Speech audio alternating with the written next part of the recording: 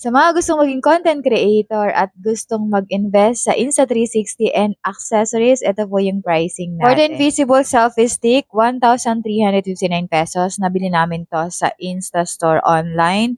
Kaya medyo pricey siya. Next is itong ating bullet time handle for only 460 pesos.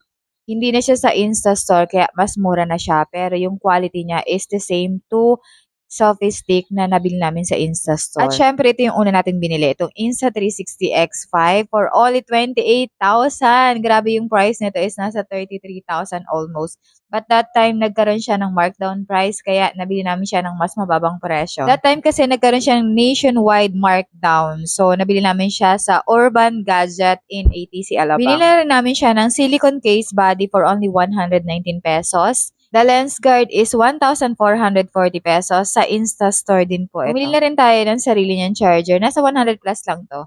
Mura lang siya. Kasi wala siya talagang kasama. Walang inclusion na accessories itong ating Insta360 nung binili natin siya. Kaya kailangan talaga mag-i-invest tayo ng lahat ng accessories na kailangan natin. Portable storage bag is 509 pesos. Sa Shopee din po natin siya nabili. And very handy. Aside sa mga nabanggit ko, eto pa yung binili natin, yung SD card or memory card na 256 GB, 1,765 pesos.